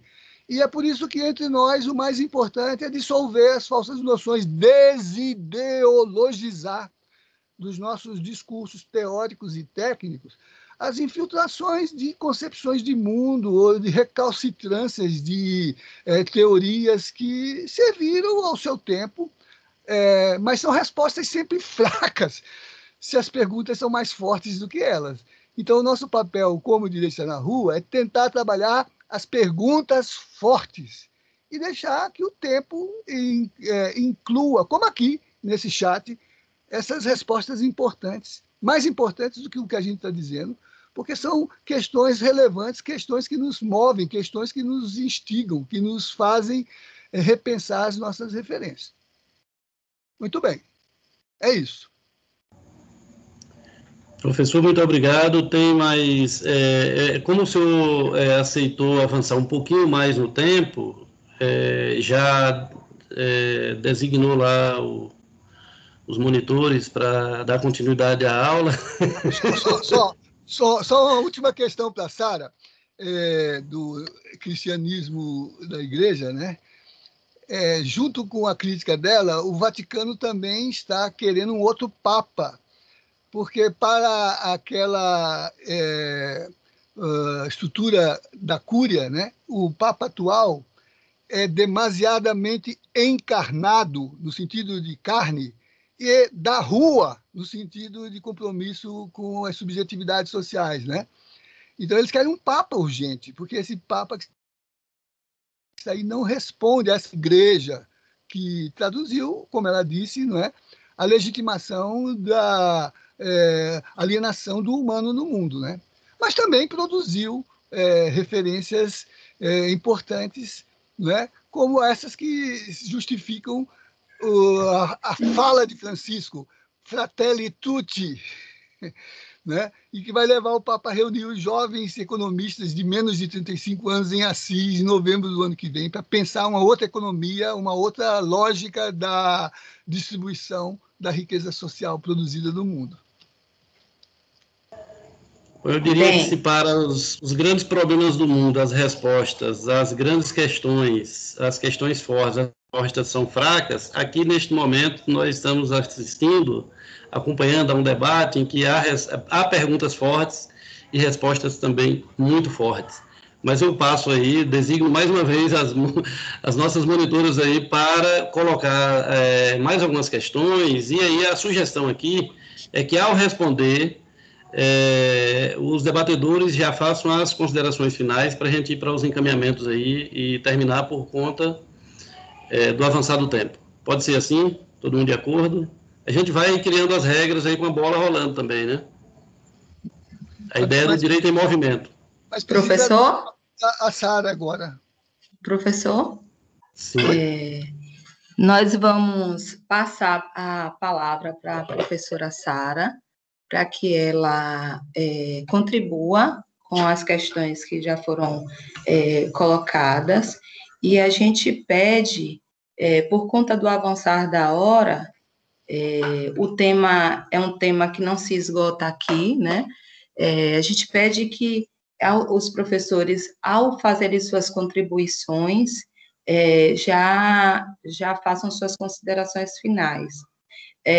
Aqui no chat, a gente tem alguns elogios aos professores, o professor Celso é um deles. Eu vou ler o comentário do professor Celso, representando todos os outros, tá bom?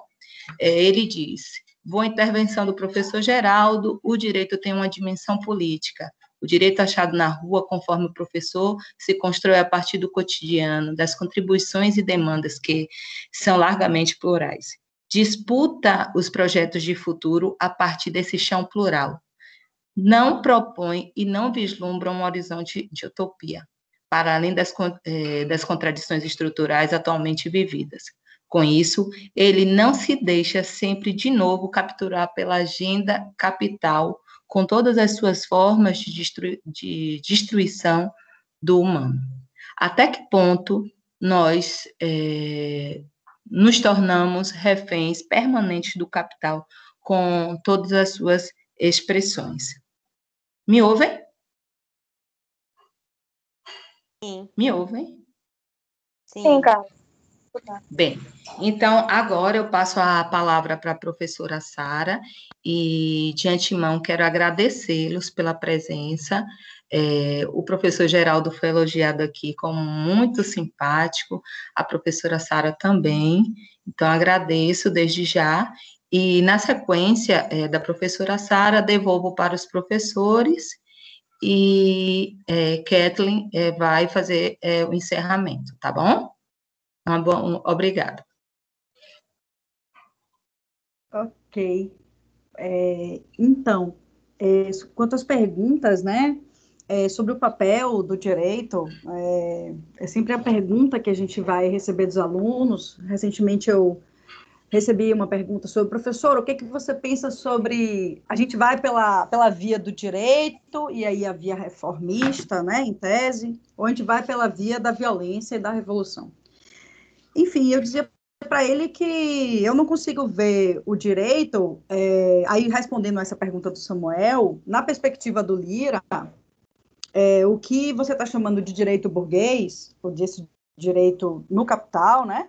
O Lira vai rechaçar, de um certo modo, esse pensamento que muitos vão chamar de marxismo vulgar, e vai dizer, olha, a gente vai ter que buscar no direito quais são os parâmetros, né, de uma legítima organização social da liberdade, ou seja, isso que você está chamando de direito burguês, ele vai chamar de arbítrio, ele vai chamar de privilégio, né, vai jogar num determinado lixo da história e vai dizer, o direito a gente vai construir a partir de parâmetros de uma organização e não de uma ordem, né, legítima e não só legal, então tira do centro do Estado, e isso é um grande problema, né, com o marxismo também, descentralizar o direito do Estado, e traz o debate da liberdade, da luta pela liberdade. E aí, tentando dialogar com o que a gente está vivendo agora, nisso, exatamente tentando dialogar com a questão do trabalho de base, ou seja, e fazer um trabalho de base, ou estar com esses sujeitos, é também se confrontar com os momentos da violência, né? E tentar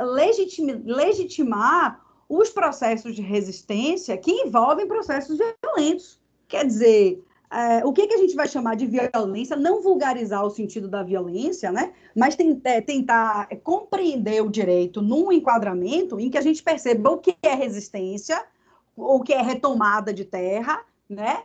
E o que é esbulho, que não é isso, o que é invasão, que não é isso, né? Então, a gente tem que estar fazendo um trabalho de base no sentido de aprender a fazer a escuta, de buscar essa memória, né, de construção dessa memória desses sujeitos, ou seja, não impondo um determinado modelo de desenvolvimento, né, uma determinada forma, que é isso que a gente vem discutindo, que a gente vem debatendo, que não se deve levar uma estrutura pronta, né, principalmente para quem está trabalhando com essas comunidades rurais, mas muito mais de fazer uma escuta e de perceber outras cosmovisões que muitas vezes também não vão passar por uma determinada forma da propriedade privada ou da posse, né? Não vão passar por uma determinada forma da religiosidade, da cosmovisão, né? Em que medida isso vai reconstruir o próprio conhecimento na universidade. Então, fazer a pergunta sobre a importância do trabalho de base significa se colocar junto para construir as categorias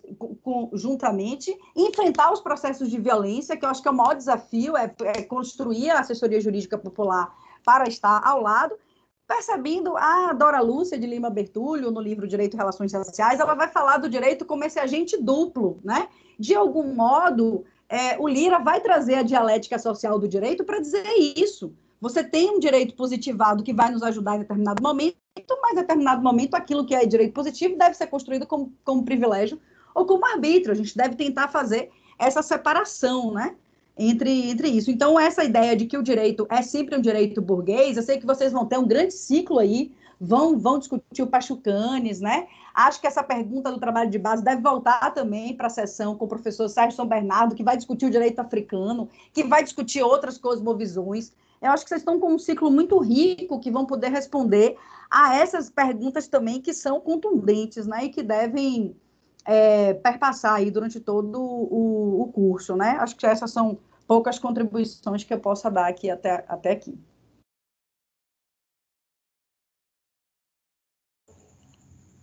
Certo, professora. Muito obrigada pelas intervenções. O professor Clóvis tem algo a falar? Para que a gente possa encerrar? Não, o professor Zé Geraldo vai retomar para fazer considerações finais? Acredito que sim, né? Então, a gente...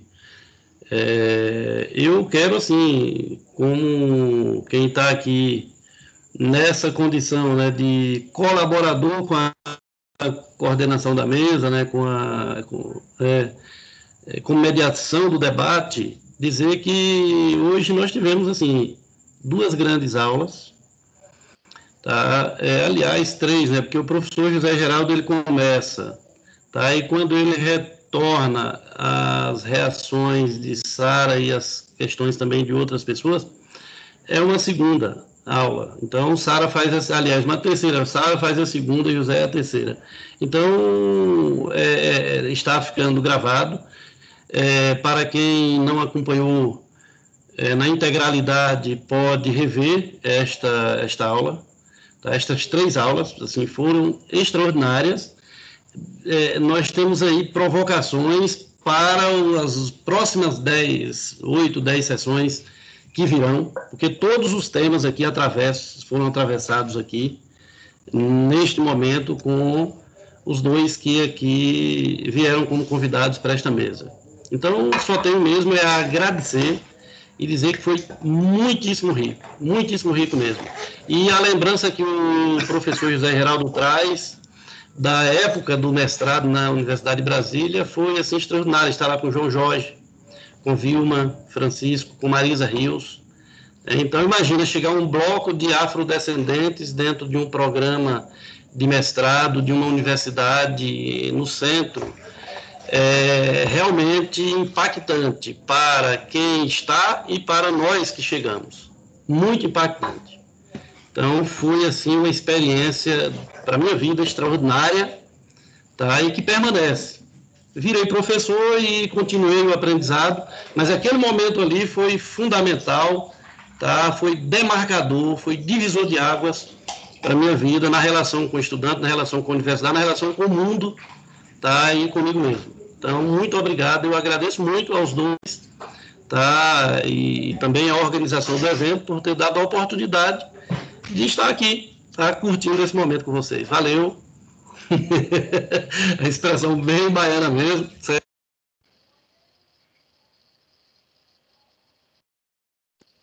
E eu me despeço? Não sei. Professor, eu só queria dizer que eu terminei me fixando nas perguntas dos alunos, sabendo que nós vamos ter outros momentos para voltar a dialogar. Como o tempo é curto, eu preferi responder aos estudantes, mas depois a gente continua, porque tem várias coisas que você trouxe que eu gostaria de colocar, mas muito para concordar com as suas questões e outras para refletir junto. Mas queria muito te agradecer pela atenção mesmo, pela seriedade em enfrentar as questões, porque são as questões que vão nos inquietando, né? São as inquietações. Eu queria muito te agradecer pela seriedade e pela escuta, né? Porque você é um intelectual que escuta. E, Sara, por isso que eu pulei de olhos fechados no triplo carpado mortal sem rede, porque sabia que você estava lá no trapézio para me segurar. Né? Como tem sido ao longo dos anos em que nos conhecemos. Não só na universidade, no MEC, você esteve comigo, em todas as ocasiões em que essa condição de solidariedade foi necessária para que, por exemplo, esse impacto que Clóvis menciona, que foi se debruçarem num espaço da elite branca, aristocrática, arrogante brasileira, na Universidade de Brasília, num lugar que o folclore chama de Olimpo, né? E, todavia, o oposto também se deu, porque a faculdade não foi mais a mesma. E eu acho que muito do que foi, nesta altura, a condição de sustentação desta dupla mudança foi a articulação do direito achado na rua, que deu segurança, deu confiança, deu autoridade, deu reconhecimento, né? Algo que a gente está colhendo ao longo dos anos e hoje temos até, de algum modo, uma medida da nossa qualificação pela altitude de alguns dos nossos adversários, que se colocam num antagonismo, né, que fortalece a nossa capacidade de interpelar. Né? Por isso que muita gente adora o neoconstitucionalismo, o neopositivismo, porque talvez dê uma volta em bordo largo, né? Em torno do escolho, que é o direito achado na rua, né? Então, se segura, se ancora nessa possibilidade de se modernizar sem ser adjetivado, falando agora de alta cientificidade, no patamar mais elevado da argumentação, em neoconstitucionalismo, em liquefação das coisas, não é isso? Por causa da condição que o direito da rua representou, né, de exigência de qualificar o debate e de responder às questões fortes, né? Então, Sara, por exemplo, tem sido meu amparo em muitas condições, em muitas situações. E não só Sara, esse recôncavo, e um pouco mais agora para o interior, porque chega ao sul, ali na região do Clóvis, né? Na região do sul da Bahia, chega na região de Feira de Santana. E por que vocês são fortes e são interpelantes? Porque em todos esses lugares, o que caracteriza a condição dos cursos desenvolvidos, na UNEB de Salvador, inclusive, é o fato de que em todos eles o salto carpado foi feito na aliança com os movimentos sociais, no diálogo com as reivindicações das emergências interpelantes do social que se organiza. A exemplo do que, por exemplo, sugere as turmas especiais que estão nesses espaços, né, e que pode ser, talvez, fora do direito achado na rua, ou talvez por causa do direito achado na rua, um outro ponto em comum que nós temos nas nossas discussões. Então, há pouco eu estava em feira, estive há pouco também na UNEB, né? E aqui entre nós recebi no seu pós-doutorado, que podia ter feito em qualquer lugar do mundo, porque a CAPES lhe deu uma bolsa de alta compensação, inclusive para sustentá-la em Londres e Paris, se quisesse, e a Adriana preferiu fazer na UNB em diálogo com o direito achado na rua. E não foi pouco, produziu o volume 9, né? A partir dessa interlocução. Então, se o direito achado na rua tivesse uma capital, que fosse a sede primaz do episcopado brasileiro, ou a primeira capital do país, essa capital seria Salvador, como, aliás, descobriu o Vará há muito tempo atrás, né? Como os índios fazem autodemarcação, os quilombolas fazem desintrusão, o Vará se nacionalizou baiano, e não é pouco, vindo de um argentino, não é isso? Se nacionalizou baiano, né? E se fez... Assumindo o risco de dizer que eu sou o único jurista baiano. Imagina, ele chega em Salvador e diz com esse sotaque, eu sou o único jurista baiano. Quase apoiou dos promotores de justiça e dos procuradores do Estado. Mas foi massa. E da Academia de Letras, porque reescreveu Dona Flor e seus dois maridos, chamando a senhora dogmática e seus dois maridos. Então, eu fiquei muito feliz, gente. Eu também sou baiano, né? Embora de cintura dura, né? E que não gosta de pimenta, mas no mais, me solte na Bahia, que eu me encontro. Obrigado mais uma vez por esse acolhimento, e as meninas aí, com a delicadeza delas, me dando esse elásticozinho aqui, que é para estender um pouco mais. Eu fico enrolando um pouco para estender um pouco mais, para não ficar... para não me separar de vocês, Ainda bem que agora tem a gravação e isso fica no YouTube, não é isso? Eu vou subir para o canal YouTube, né? Agora o canal YouTube, a pedido dele, está fazendo uma parceria com o Gustavo Conde, e a primeira transmissão conjunta vai ser na live de domingo com o Frei Beto, e vai ser Diário da Quarentena. né? Eu até vou dar uma palhinha na fala lá, se o Conde aceitar a gravação que mandei, né? Mas muito obrigado, Clóvis. E suas mulheres, Clóvis, como vão? Professor vão bem, agora tem 2 netos na jogada, viu? Começou. Consegui uma cota. Agora eu deixei de ser minoria em casa. Tenho um neto em Salvador e um neto em Santa Rita de Cássia, no Cerrado. Então a briga é grande agora. Então, um grande abraço. Mas está tudo bem. Estela, e abraçando a professora Estela, abraço todos os demais aí. E Clara, Sara, e Clarinha, Sara. Já vai.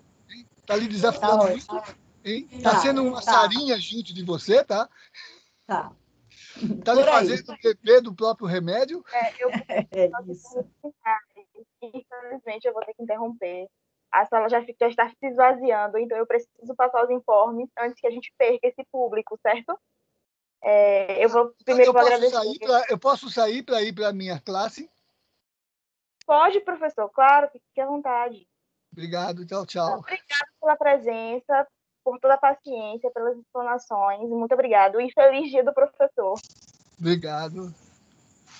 Professor, muito obrigado mais uma vez, tá? Em nome agora o professor Freitas está aí na frente, né? O coordenador, mas a gente é um grupo, então, em nome do grupo, estamos agradecendo mesmo imensamente a sua presença, professora Sara, tá? E fiquem à vontade. Ele já saiu para a aula, parece, né? Então. Tá. Obrigado, Sara. O nosso próximo tema da semana é o Direito em Marx, com os convidados o professor Celso e o professor Fernando Cardoso Pedrão, como mediadora também a professora Ana Beatriz Lisboa. As inscrições elas estarão disponíveis ainda essa semana e nós encaminharemos o link através do e-mail que os inscritos fizeram suas inscrições, certo? Agradecemos de coração a presença de todos e de todos os professores que estiveram aqui presentes com a gente até o momento de agora. Muito obrigado e feliz dia do professor a todos. Tchau, gente. Muito obrigado a todos, professor Celso, professor Freitas, está aqui, professor Estela, que